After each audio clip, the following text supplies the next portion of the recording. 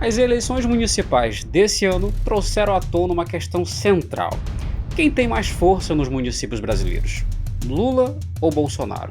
Ambos representam campos políticos opostos, com históricos de mobilização e narrativas que conquistaram o coração de milhões de eleitores. Mas em um cenário local e fragmentado, como é o caso dos municípios, qual dos dois líderes está realmente moldando o mapa político do Brasil? Eu sou o João Santiago Lisboa e você está no canal Meio Político, aqui no YouTube. Nós voltaremos. Não renunciarei. Da minha caneta, tudo pode acontecer. Vamos começar analisando o presidente Lula e seu Partido dos Trabalhadores. Apesar de estar à frente do governo federal, o PT amargou derrotas significativas. O que aconteceu com a força que em outros tempos tornava o partido uma potência nacional?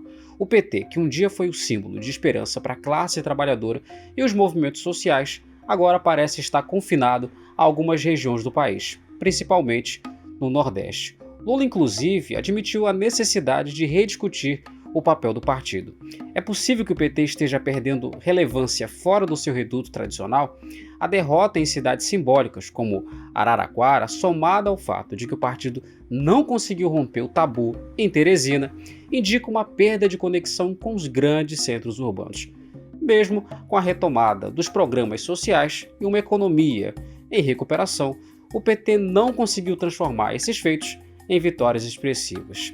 Por que as políticas de Lula, tão populares nacionalmente, não se traduziram em votos nas urnas nessas eleições? Será que o eleitorado dos municípios está olhando mais para questões locais do que para o quadro federal? Ou o PT está perdendo a habilidade de se comunicar com o eleitorado que mudou? Quanto a Jair Bolsonaro, o ex-presidente, ainda inelegível até 2030, atuou como cabo eleitoral e, apesar de derrotas dolorosas, como no Rio de Janeiro, onde Alexandre Ramagem perdeu para Eduardo Paes, ele conseguiu demonstrar força em várias outras frentes.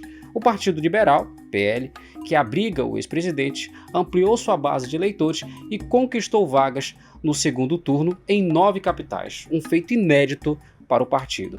Isso foi resultado direto da associação de seus candidatos à imagem de Jair Bolsonaro. Mas qual é o verdadeiro alcance do bolsonarismo nos municípios? Em cidades como Belo Horizonte e Goiânia, o impacto foi inegável. Candidatos desconhecidos conseguiram resultados expressivos graças ao apoio do ex-presidente. No entanto, sua postura errática em algumas capitais, como no caso de São Paulo e Curitiba, onde deu sinais ambíguos, como foi o caso aí de Marçal e Nunes, gerou dúvidas entre aliados. Será que essa imprevisibilidade limita sua influência?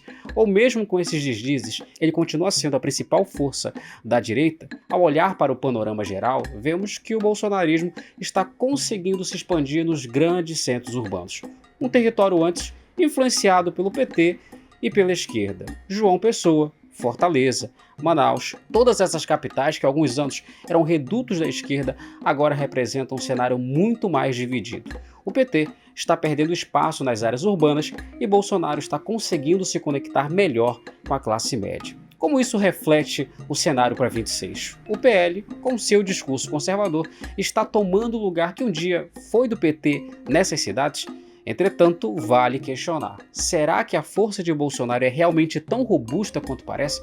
Ou estamos vendo uma base política que depende demais de sua figura? Afinal, o que será do PL se Bolsonaro se mantiver inelegível até 2030? No fim das contas, essas eleições municipais levantam uma questão ainda maior. Até que ponto estamos vendo eleições verdadeiramente locais, com questões locais em pauta? Ou essas eleições estão sendo, na prática, um termômetro para a popularidade de Lula e Bolsonaro no cenário nacional? A esquerda parece estar se concentrando em redutos específicos, enquanto a direita, em especial o bolsonarismo, avança em novos territórios. Será que essa divisão geográfica reflete uma nova polarização? E qual será o impacto disso nas eleições gerais de 2026? Esses são os questionamentos que ficam. Lula e Bolsonaro continuam sendo os dois grandes polos da política brasileira. No entanto, a força de cada um nos municípios depende de fatores que vão além de suas figuras. Estamos vendo uma política em transformação e os resultados dessas eleições podem ser um prelúdio para as grandes batalhas que virão nos próximos anos. Se você gostou, dê um like no vídeo e se inscreva no canal. Temos vídeos toda semana.